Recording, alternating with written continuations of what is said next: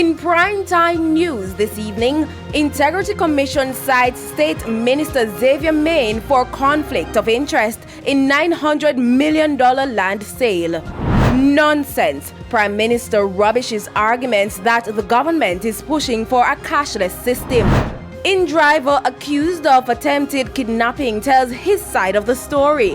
And $4 billion allocated to fix dilapidated bridges across the island.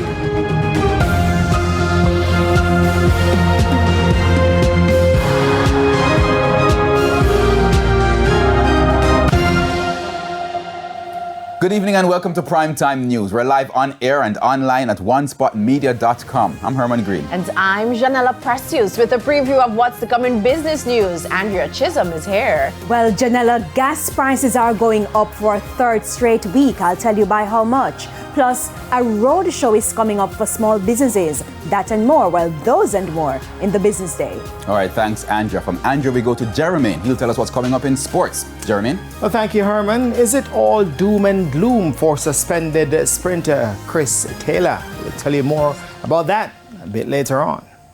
And Romain is here with a preview of the weather report and forecast. Romain? Thanks, Janella. We're keeping our forecasts for the remainder of this week. We still expect cloudy conditions to persist across the island with scattered showers and isolated thunderstorms into Saturday. There's also sports commentary and E-Prime in this newscast. But before the break, the feedback question. Our question this evening. What concerns do you have about digital transactions? You can share comments online, facebook.com/television Jamaica, and tweet us at TVJ News Center. Please stay tuned. Primetime News returns right after this break.